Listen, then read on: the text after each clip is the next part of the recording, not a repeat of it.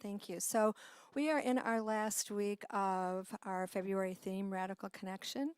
I am Reverend Linda. I use she, her pronouns, and I'm so happy to be here in the room with you. And you create a lovely space, a lovely energy. So thank you for sharing that with me.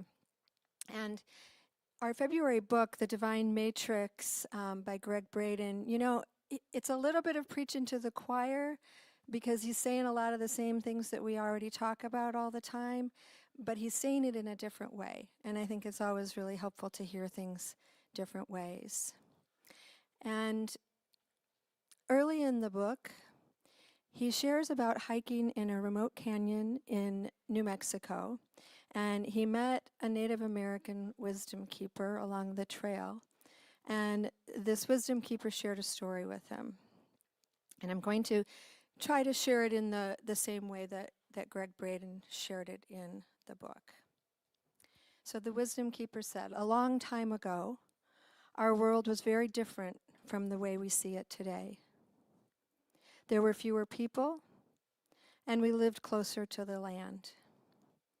People knew the language of the rain, the crops, and the great creator. They even knew how to speak to the stars and the sky people. They were aware that life is sacred and comes from the marriage between Mother Earth and Father Sky. In this time, there was balance and people were happy. Then something happened. No one really knows why, but people started to forget who they were. And in their forgetting, they began to feel separate. Separate from the earth, from each other, and even from the one who created them. They were lost, and they wandered through life with no direction or connection. And in their separation, they believed that they had to fight to survive in this world and to defend themselves against the same forces that had given them life, the life they once learned to live in harmony with and to trust. Soon, all of their energy was used to protect themselves from the world around them, and instead of making peace with the world outside, instead of making peace within. So even though they had forgotten who they were, somewhere inside of them, the gift of their ancestors remained. There was still a memory that lived within them. In their dreams at night, they knew that they held the power to heal their bodies, to bring rain when they needed to, and to speak with their ancestors. They knew that somehow they could find their place in the natural world once again. As they tried to remember who they were, they began to build things outside of their bodies that reminded them of who they were on the inside. As time went on, they even built machines to do their healing, made chemicals to grow their crops, and stretched wires to communicate over long distances. The farther they wandered from their inner power, the more cluttered their outer lives became with the things that they believed would make them happy. And Greg Braden asks the wisdom keeper, "Well, how does the story end?" And the wisdom keeper whispered, "No one knows. The story isn't finished. The people who got lost are our ancestors, and we are the ones who are writing the ending." What kind of ending do you want to write? And Braden goes on to say that the farther we stray from our natural relationship with the earth, with our bodies, one another, and the God of our being, our source, the divine, whatever word works for you, the further we stray from this, the emptier we feel. And we strive to fill ourselves with things from the outside. How much power do you give away to your distractions, to your video games, movies, virtual dating, our voiceless communication, right? Are these substitutes for our real life and face-to-face contact? Braden says, when the focus of our lives become how to avoid disease rather than how to live in a healthy way, how to stay out of war rather than how to cooperate in peace, how to create new weapons rather than how to live in a world where armed conflict has become obsolete, clearly the path we're on has become one of survival. In such a mode, no one is truly happy. Nobody really wins. When we find ourselves living this way, the obvious thing to do would be to look for another route. And that's what he's offering us. I think that's why we come here to Cityside. We're looking for another route. To remember that we are not separate, that we create peace and fulfillment within. And I'll try to do the book justice. I can only share the way I make sense of it. He describes the divine matrix as the web of life, with everything interconnected, everything influencing and being influenced by everything else. He says we live in a participatory universe where everything is connected and our thoughts, feelings, and beliefs shape the world around us. And it's participatory because we are the creators as well as the experiencers of what we create. What we think, feel, and believe shows up in our experience. It's not so different from Ernest Holmes, the founder of Science of Mind. For anyone new in the room, that's the foundational teaching that we share here. And according to Braden, we are part of this interconnected field of energy, the web of life or the divine matrix, influencing and co-creating reality through our consciousness. That's just like the Science of Mind creative process. My beliefs create my results or experience. Your beliefs create your results or experience. And their beliefs create their beliefs or experience. And because of this interconnection, we are all impacting ourselves, one another, and everyone, everywhere, all the time. He shares this as the phenomenon of quantum entanglement, which essentially just means that changes in one part of the interconnected field can instantly affect another part of the field, no matter how far apart they are. And he shares this in a scientific way. It's been validated through research with splitting light and photons and things, which is beyond my way of thinking. But according to Braden, it means that we are unified and interconnected at the subatomic level, what I would simply call oneness. We are inherently connected at our essence. So my waking up and taking responsibility for what I'm experiencing is more important than ever. Not just for me, not just for my experience, but because the individual impacts the collective. What I believe and do affects everyone. Now, I think sometimes we see this more easily in the world around us, right? It's easy to point the finger, look what they're doing, look at the impact they're having. But are we taking responsibility for our part in what is happening? Even if our part is not doing anything, there is a consequence of the non-action. He goes on to say, to create reality, and I would add intentionally create reality because we are always creating our reality, but to create reality, we must first see ourselves as part of the reality we wish to create. Rather than viewing ourselves as separate from our desires, we must embody the very conditions we choose to experience.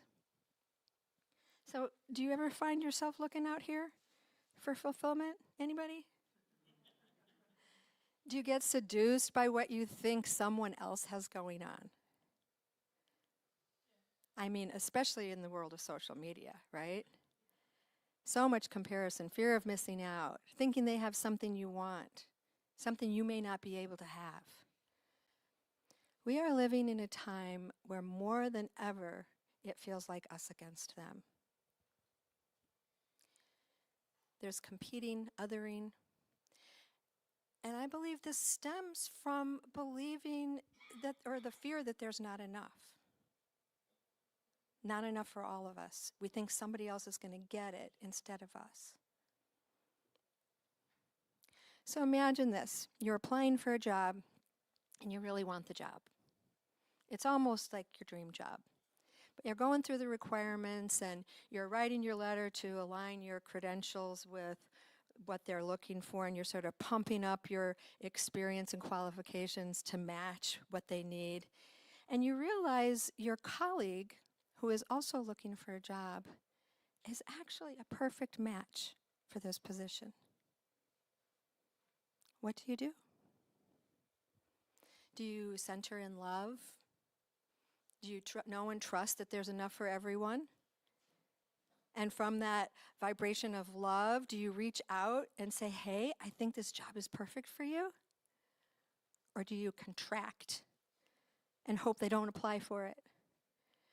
And continue trying to bend yourself to be a match, hoping that maybe, just maybe, you'll get a chance. Does it sound like I've done this before? I can tell you it doesn't work. It doesn't work. Your outcome is always a match to your beliefs. You can't fake it. You have to be the quality you seek. So rather than viewing ourselves as separate from our desires and that we're somehow going to get it out here, we have to first embody it in here. And the invitation is to say there's more than enough for all of us. But in order to get there, you have to believe that you are worthy. And the name of the talk is You Are Already Enough. And when Jonathan and I were chatting the other day, he shared that when he first saw the graphic for the talk, he read it as, you're enough already. Same idea, but just a little sassy, right? You are already enough just as you are.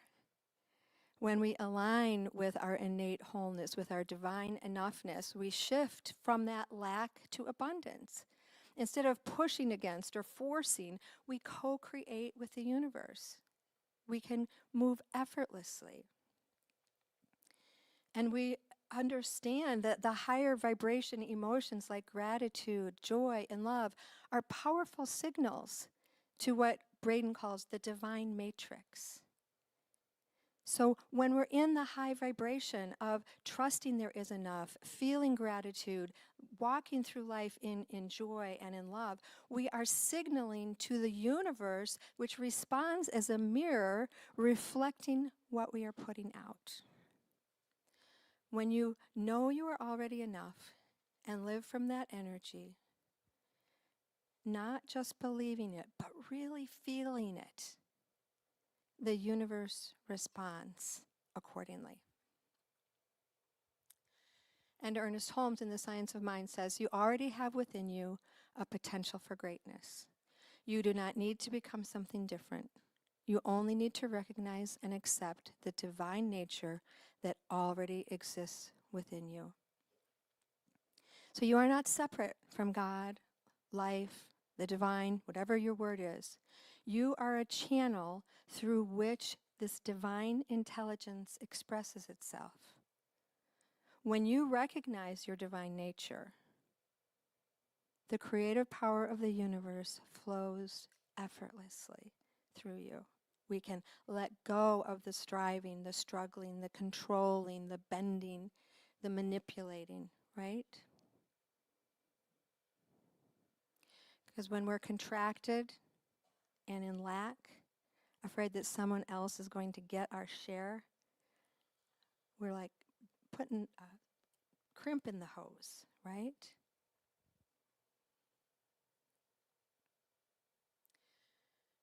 When we know ourselves as enough, we're aligned with the divine intelligence, with the flow of abundance, It flows through us and into our experience. As Eric Butterworth said, God can only do for you what God can do through you. So are you an open channel? Are you trusting that good is flowing to you? Are you moving through life in that high vibration of love and joy and creativity? Not just intellectually getting the concept, but really feeling yourself as the pure potential of all that God is, all that the divine is? Or are you contracted in fear? Are you in lack, in competition, in us versus them thinking? We are one with the all-encompassing power and presence.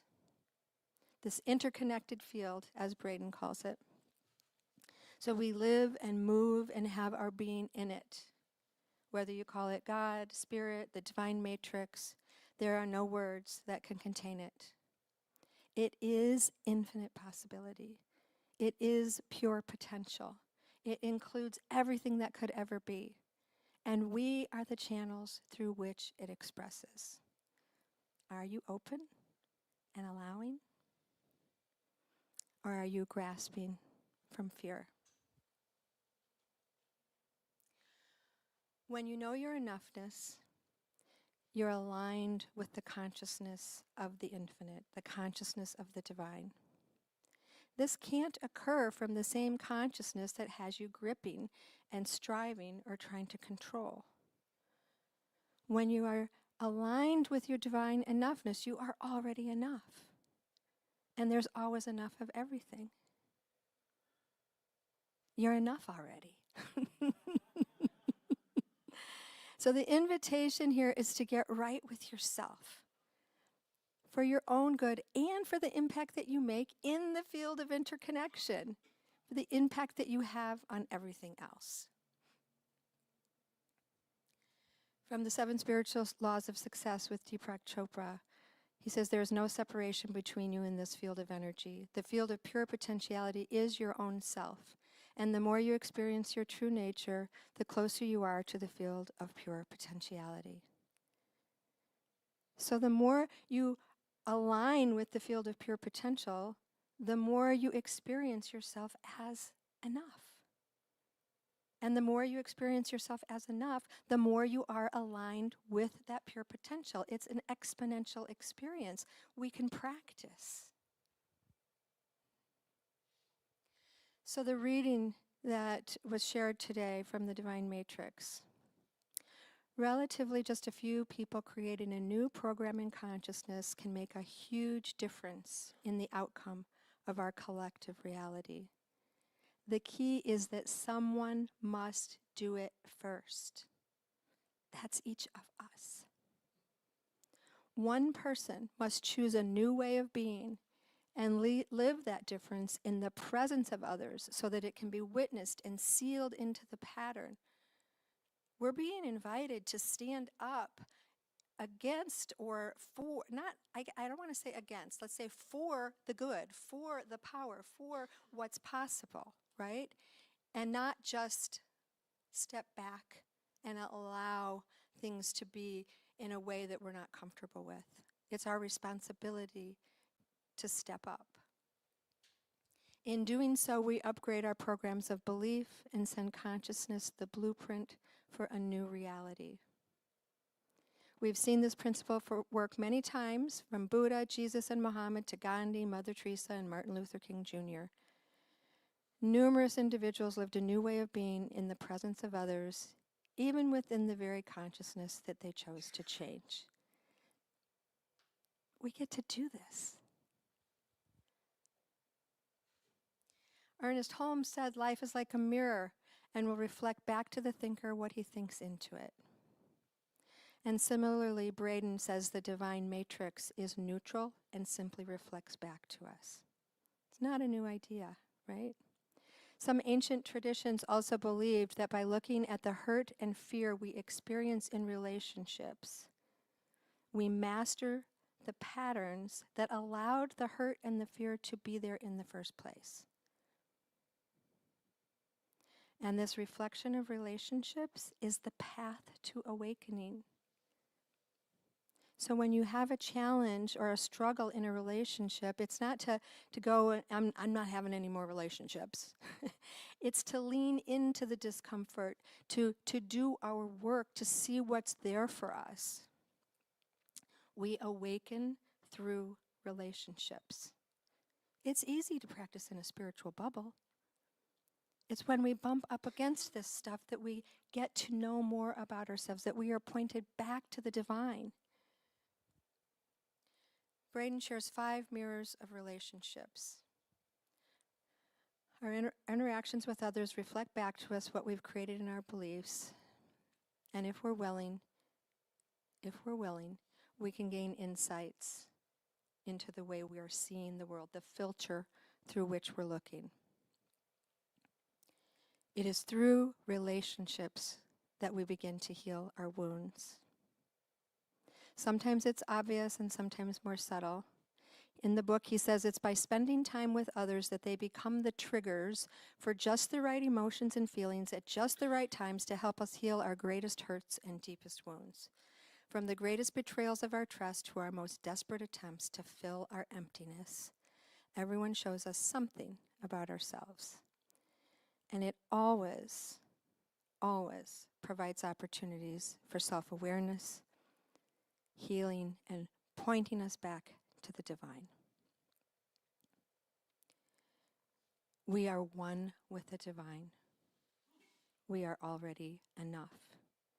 And if we are willing to do the inquiry, we will always come back to the divine and our divine enoughness. So I'm going to go quickly through the 5 mirrors of relationship. I won't spend a lot of time on them. He goes from the most obvious to the most subtle, showing us where our growth edge is. The mirror of our presence in the moment, pretty straightforward. This mirror is a direct reflection, right? So like if you're calm and centered and the world around you tends to be peaceful, but when you're stressed or frustrated and you feel like there's chaos going around you, right? That's a pretty obvious one. Then the mirror of our judgment. When someone's doing something that bugs you, like maybe they're chewing too loud or they're too needy, it's touching something unresolved or unaccepted within yourself. And he says life is asking, why does this bother you so much? And then the mirror of what we have lost. And the full statement there is the mirror of what we have lost, given away, or had taken from us. So if you have ever felt drawn to someone who has qualities that you admire but don't express, that could be reflecting parts of you that you have suppressed or repressed. Whether it's creativity, strength, many ways this could show up. Things you've set aside and might be ready to reclaim. The 4th, the mirror of our most forgotten love. And these are usually our patterns from childhood that play out in our adult relationships. So if you keep having the same emotional reactions, it's probably a clue that an old wound from your earliest relationships is asking to be healed. And the 5th is the mirror of our relationship with self.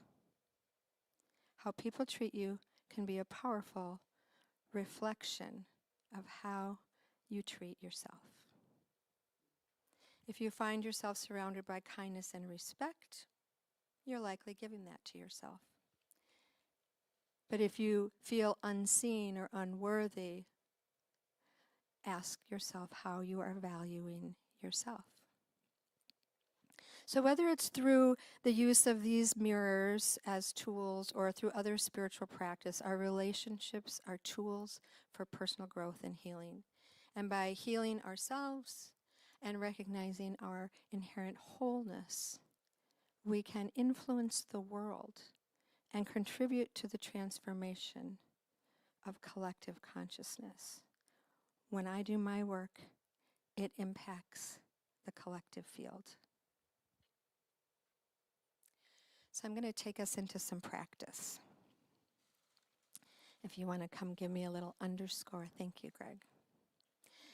So we're exploring relationship mirrors to embrace your own divine enoughness.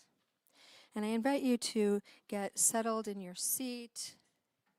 Feel yourself anchored if you need to move around, shift a little bit. If you're comfortable closing your eyes, taking a deep breath. As you exhale, letting go of any tension you may be holding. And breathing at your own pace, inhaling and exhaling tension. And bringing your awareness to the present moment by feeling your breath flowing in and out. Using each breath to bring you more grounded and to create more opening.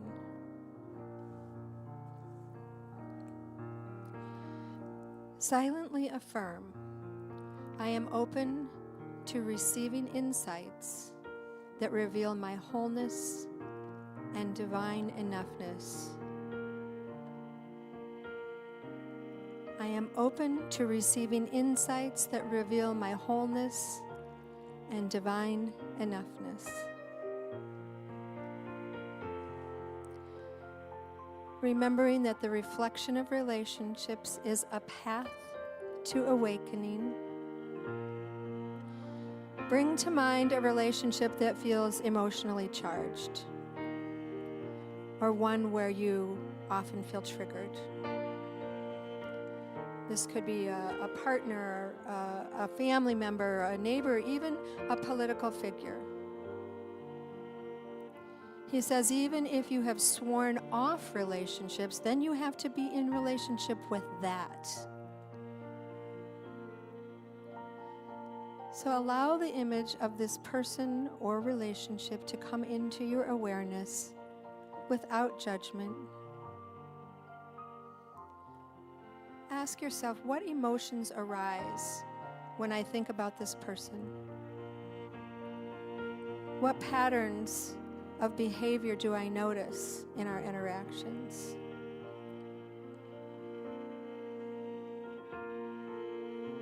And using the 5 mirrors, we'll do a gentle inquiry of what this relationship may be reflecting about your inner world. You can see if any of these mirrors resonate for your healing. The mirror of your presence. Asking yourself, what qualities in this person mirror my current emotional state? Am I seeing my emotions reflected back to me?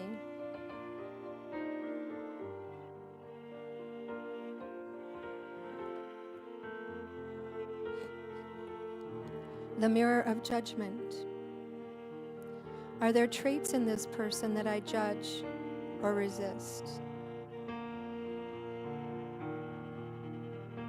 Do these qualities point to something unaccepted or unhealed within myself?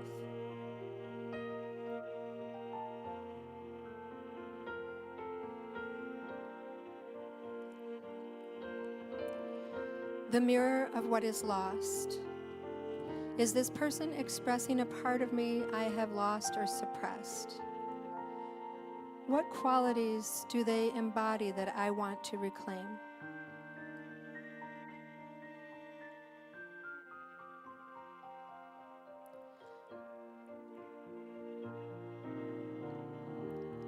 The mirror of forgotten love. How does this relationship echo patterns from my past? Is there an old wound seeking my attention?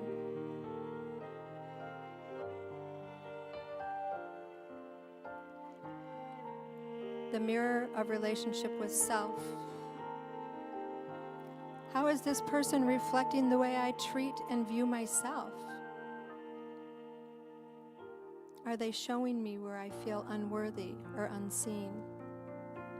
Or maybe where I already feel whole?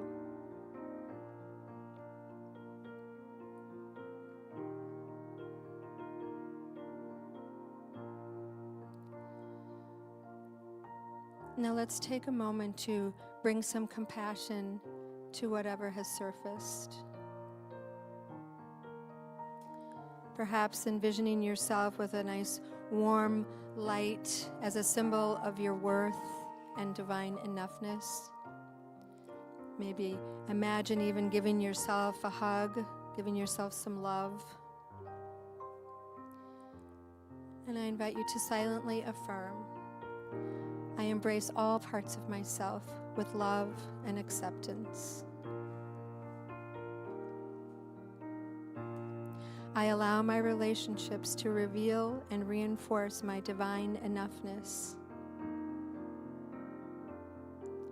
I am already enough. And if you feel called, extend this light to the person you reflected on, releasing blame, and thank them for being the mirror that reveals deeper truths of yourself, for pointing you back to the divine, to your divine enoughness.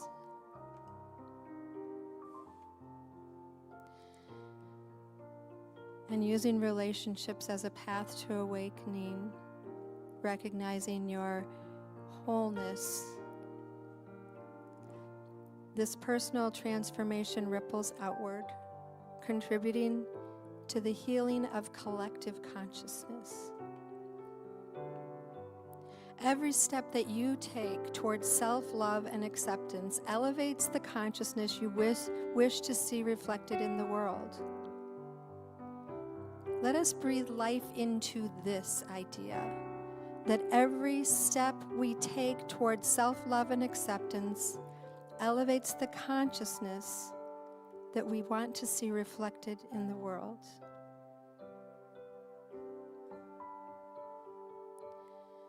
Taking a few more deep breaths and beginning to bring your energy back, your attention back to the room. Just remembering we are writing the end of the story. As you move forward, carry this awareness with you. Every experience is guiding me back to my divine wholeness. I allow my relationships to reveal and reinforce my divine enoughness. I am already enough. I let this go, and knowing it is already so, I invite you to join me in saying, and so it is.